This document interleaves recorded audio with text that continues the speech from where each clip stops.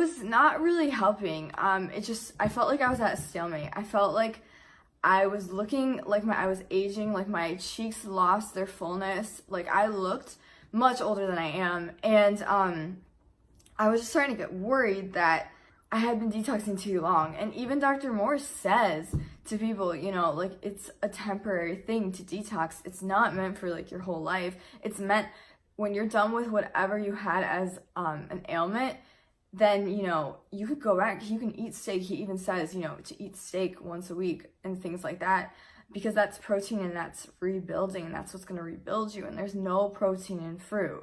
There just isn't. There's no way around that. So you're missing a ton of vitamins. But what I think of it is it's a cleanse. It's a fast, basically. It's a prolonged fast. And if you want to do it because you have like issues with your skin, or you have some type of a cancer, or you have UTI or something like that, it's amazing. I got rid of so many UTIs using his protocol. Because I have weak kidneys, so I'm prone to that type of thing. And I still use that basis today. However, you're going to experience a ton of mineral loss, basically, because you're not getting certain vitamins, like vitamin A. You're not going to be able to... The next thing was, obviously, I lost weight, and I never could keep that weight. I mean, like I said, the lowest that I got was like 100 pounds. And I mean, I was like a stick figure, and it was just weird. I just felt so terrible. I didn't feel like a woman. You know what I mean? I felt like, that was another thing. I felt like a little girl on a vegan diet. I felt like a young girl on a vegan diet. Mind you, I am 29 and I was 20, in my 20s at the time. However, I didn't feel like I was developing into my womanhood. I felt like I was regressing into my girlhood, you know? And that was just weird. Towards the end of veganism, I felt like a young boy, okay? I felt like my face just got so hard. And let me just finish reading this and we'll get to that part. So anyway, I lost weight, couldn't keep it on. My hair started thinning. And that was really the thing that made me start to realize that this was not working for me. It was my hair was thinning. Anyways, and I'll get to that, how I had the epiphany. I'll get to that. I'm just purposing to list off all the symptoms and everything that I had and I experienced. My eyes became more stressed. I started to get big veins in my eyes. And my eyes just started to, my left eye started to get so lazy. Like I was really like this. In my, Wait! Hey! You better find yourself someplace to hide and keep praying nobody ever finds you. Try these on. Look, you crazy mother. Put these on. Hey! Stay away from me! I'm telling you, you dumb son of a...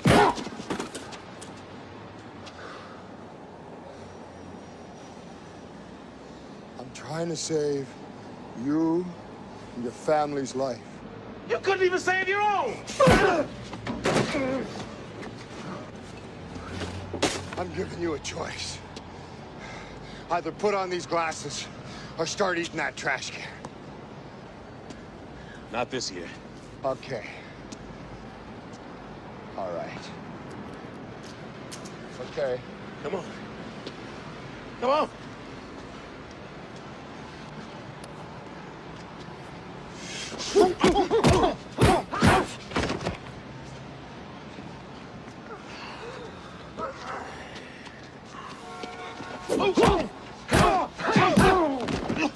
Put them on.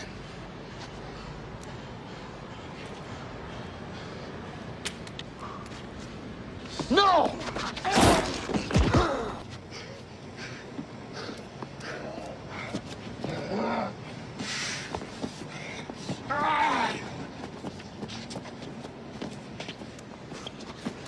Past like year or two, I was getting so tired from eating that like I would just if I would eat like some fruits and a salad, I would have to just crash. I would just stop functioning. Like I was so tired. I don't know what that was. I don't know if it meant I was pre-diabetic or hypoglycemic, but it was really it was really affecting, my eating cycles when I was eating, and I would try to time my eating closer to bedtime so that I would just eat and then fall asleep after. Those are just some of the issues that were going on in the beginning and in the sort of the middle of this 9-year, hell, I guess. And then toward the end of the 9 years, so we'll just say the past year, I think things started really going downhill. I've been vegan for 20 years, and I'm like, okay, well, what are you doing? Nobody could ever give me something to help me. And, oh, maybe you're doing it wrong. Maybe you're doing it wrong left and right. It got really old hearing that. So I started eating a lot of processed vegan food because I was like, you know what? I'm hungry. I'm tired of starving. I thought I was eating healthy, and it wasn't working with the whole smoothie thing and raw food thing. And I didn't even eat just raw food. I ate cooked potatoes and rice and stuff, but I ate a lot of raw food. So then I started going towards like Beyond Meat. And I remember I took a bite of that Beyond Meat. I was like, oh, so good. It's fucking disgusting to think about it now because I was really brainwashed. I was really craving meat to the point that Beyond Meat burger actually tasted like a burger to Especially me. if I'm supposed to be like a head of a household type of thing. You can't have a deficient diet for their kids. So I'm kind of messed up. Plus, I don't want to be a guinea pig for an idea. I'm not going to try to be the first one to do something that clearly you can look around and see that people can't do for the rest of their life. And the people who do try to do it for the rest of their life, a lot of them look really bad. Because I was at work, and I was trying to eat at work, but I didn't want to eat it in front of people, because I know if people know that I eat that, they're going to be like, ah. But what's funny was I said, oh yeah, I had meat last night for the first time. I was like, oh wow, cool, whatever. Yeah. But if I told them it was wrong meat, the whole script would have flipped, and they would have been like, oh. I could see somebody not getting promoted to a position because someone said they ate raw meat. Yeah. They think you're a weirdo.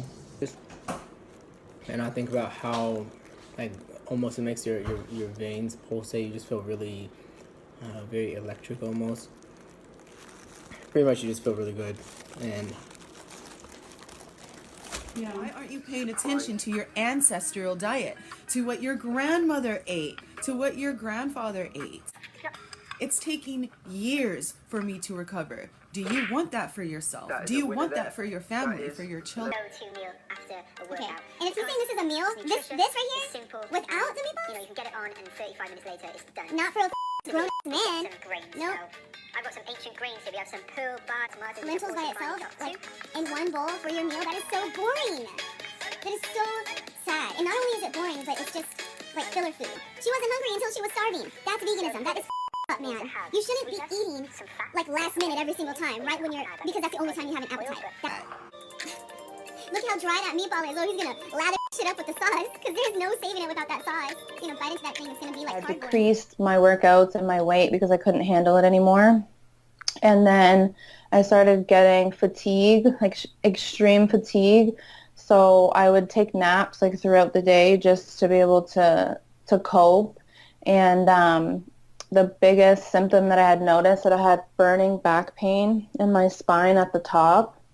And my posture was getting like increasingly worse. Family and friends were noticing that like my posture was kind of getting hunched over. I had been in a car accident right when around the time where I discovered veganism, and I had injuries to my neck. So I thought that that was the reason for my back pain. So this whole time that I was vegan, I kept making excuses, not trying to blame the diet, like, oh, it was the car accident, it was the Accutane medication that I was on, et cetera, et cetera. But over time, about the third year into veganism, when I was almost done school, I noticed that my symptoms were getting worse. And I was so determined because of the ethical reasons. I first discovered it because of health, and then the ethics kind of started coming into it So I was so determined to stick to the diet that I kept asking my naturopathic teachers, like, what can I do for this symptom? What can I do for this? As I'm learning in school about nutrition. And so throughout this time... And there was a group of these pilgrims, these Hindu pilgrims sitting on the beach. They looked very tired, very pale, these people. They wear special clothes, black clothes with a golden rim. They're Hindu pilgrims. They have to travel to their sacred sites across the country. And part of their pilgrimage is a 42-day fast. That's what we were told by the guide, that they have to fast, these people. So I thought, oh, how interesting. They all speak English in India, which is great. So I stopped next to this group of people, said hello to them, and I said, I heard that you have to fast as a part of your pilgrimage. They said, oh yes, it's so hard, so difficult, very difficult. You know how they bob their heads. They said, very, very difficult. I said, well, what kind of fast is it? What are you allowed to eat anything, or are you just drinking water? Or, oh, it's so hard, so very difficult. I said, well, what is it? What are you eating? Oh, we're only eating, listen to this, vegetables, fruit, rice, bread, nuts, beans, lentils, and vegetable oil. And I thought, oh, that's our Western vegan diet.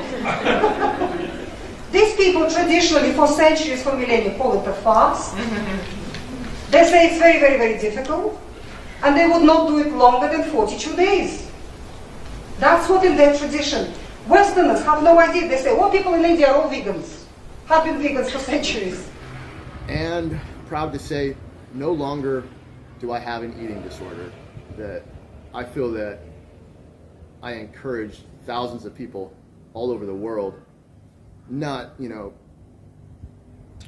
purposely, encouraging eating disorders, but when you have an eating disorder and then you teach, a way of healing with food, you don't see that you have one, and so obviously, my intentions were never to encourage anybody to do something that would create a mental problem.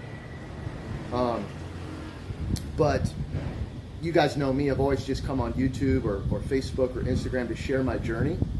And let's go back to the beginning. So, just so you guys know, before I came on YouTube, how many years ago was it that I started this channel? Before I started YouTube, there was a period in my life, I've come on here and I've expressed this before, but that's come up to date so that I could better explain why I'm making this video. I was a vegan for 7 years. This was back when I was younger. I was in my 20s, and I saw a documentary. Beyond Meat is a scam. Hi, I'm Shannon, and I was a victim of vegan propaganda. Let's play a game. One of these ingredients lists is a Beyond Meat patty, and the other, premium dog food. Can you distinguish between the two? This food revolution is so tasty, even celebrities like Kim K are jumping on board. Billionaires are pushing for the vegan agenda, with toxic substitutes to replace vital animal products. Beyond Meat is cheaper to produce and way more profitable for them. We're being pushed a diet known to onset mental disorders, lower fertility and testosterone levels. Why is this? Even the World Health Organization predicts that we'll be eating a lot less meat by 2030. They tell us that if we want to solve climate change, we must stop eating meat, and yet only 11% of greenhouse gas emissions are because of agriculture, and about 3% of those emissions are from beef. Hopefully by now you will. So vegans need to listen to that signal when the body finished cleansing and it wants to feed. In my vegetarian book, I have a whole chapter on fasting. I'm not going to cover it in this presentation. I talk about water fasting. I talk about other varieties of fasting, the vegan fast. Vegan fast is the easiest to follow. And how to come out of every fast appropriately. I fasted myself twice on water, 2 weeks. Difficult, but I've done it because I needed to learn how it feels before I tell my patients to do that. For a person who is overweight and toxic, going on a fast is a good idea. Very good idea, particularly vegan fast. For people who have a damaged digestive system, they might go on a juice fast when they drink 12 juices a day, freshly pressed juices. That produces a great cleansing. And Every person needs to listen to their body. For one person, a week is enough. Another person needs 40 days, like those pilgrims in India. So the body will give you a signal at a certain point. It will give you a real, true hunger for an animal food. And that's the moment that you need to listen to. That means the body's finished cleansing. It wants to be fed now. That's when you start the GAPS introduction diet. And everything will go well. People who are underweight, people who are pregnant women, breastfeeding women, small children must never... I was a vegan for 20 years. I was half dead by the time I stopped. Eating that first bite of meat was hands down the hardest thing I've ever done in my life. It was horrible, and it had to be done. So what I would say to people who are faced with this, it was inevitable. This is not a diet that works long-term for maintenance and repair of the human body. We are not a vegan species. Even the species that we think of as vegan are not vegan. So for instance, a cow, you think, oh, she's a vegetarian, she eats grass. Actually, 10% of their diet is animal products, because in that grass, they're eating tons of insects, and it ends up being 10% of their calories. Without those calories, they actually get really sick. They need that 10% to be from animals.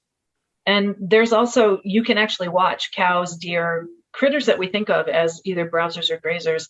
They have been seen eating things like small mammals and small birds. They will actually hunt them. They will eat them. So even the creatures that we think of as vegan are not really vegan.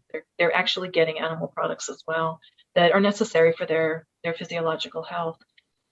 But all that aside, I know it's a very bad day. So the values that you hold as a vegan, the values that drove you to embrace veganism, they're the correct values. It's love and compassion and sustainability and a longing for justice. A note from a meat-eating heathen, I was one of you. Shared your misguided point of view, stole my morality from the Netflix documentary. Proud of that forks over knives identity, wanted to stay a skinny bitch. Hidden eating disorder with green smoothies and spinach I could throw down in any debate for soy soaked in glyphosate. Thought I knew the answer, and of course the cause of every cancer. A city girl, happy to eat sweet-sounding ideologies, but Mother Earth had no time for my apologies. She said it's cute, and all thinking that your modern morality is greater than the laws of nature. You might feel pure, but for life to endure, grow up. There is no fertility without death. She is birth's first breath. Understand that there is no such thing as a bloodless meal. This is the only way we heal. You want to fill your Whole Foods trolley and pretend that no one gave their body for you to eat. You can spout PETA slogans on repeat, but girl, your biology is functioning on borrowed time as you commit the crime of refusing the primal. My love, you are an animal. Your body... What the f***? How'd you get a pic of my fridge? That is irrelevant. Look at what is in it. You're invading my privacy. Explain why you are in a vegan Discord server, but you are sneaking in eggs. This is creepy. Why are you stalking me? You mentioned your health had recently improved. So I got suspicious. Instead of just being happy for me? You were never vegan. You were just a plant-based poser. You pay for the torture, murder and abuse of sentient beings. You failed veganism. You threw the animals under a bus.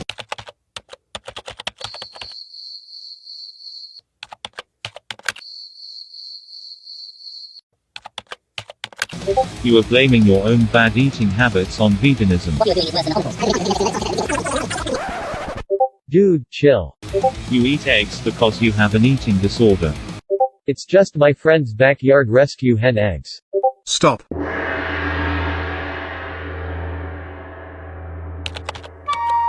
You cannot justify abusing animals. You will be excommunicated.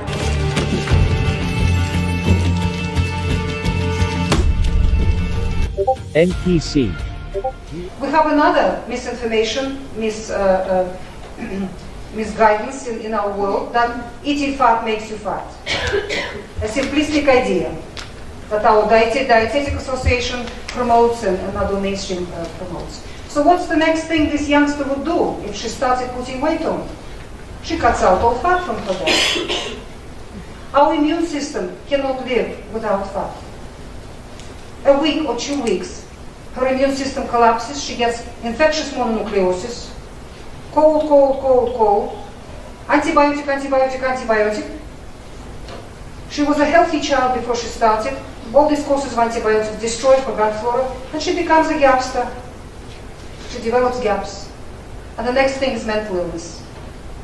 And the next thing is suicidal attempts, sectioning in the psychiatric hospitals, psychiatric medication, the whole slippery slope. Her life is finished. She will have no life from that day on. This beautiful young girl. And the parents are desperate to help, but it's too late. They should have helped when she was 13 and she came home and announced that I'm going to become a vegetarian. And they said, oh, what wonderful idea. That's what majority of parents do nowadays. So, we have a huge confusion about vegetarianism in the world. Some choose this lifestyle. What are they doing down there? Oh yeah, you're gonna want to see this one. They call it almond milk. What? It's basically milk made from almonds. Yeah, yes. I made them like 8 animals to get milk from. Yeah, they don't like that milk.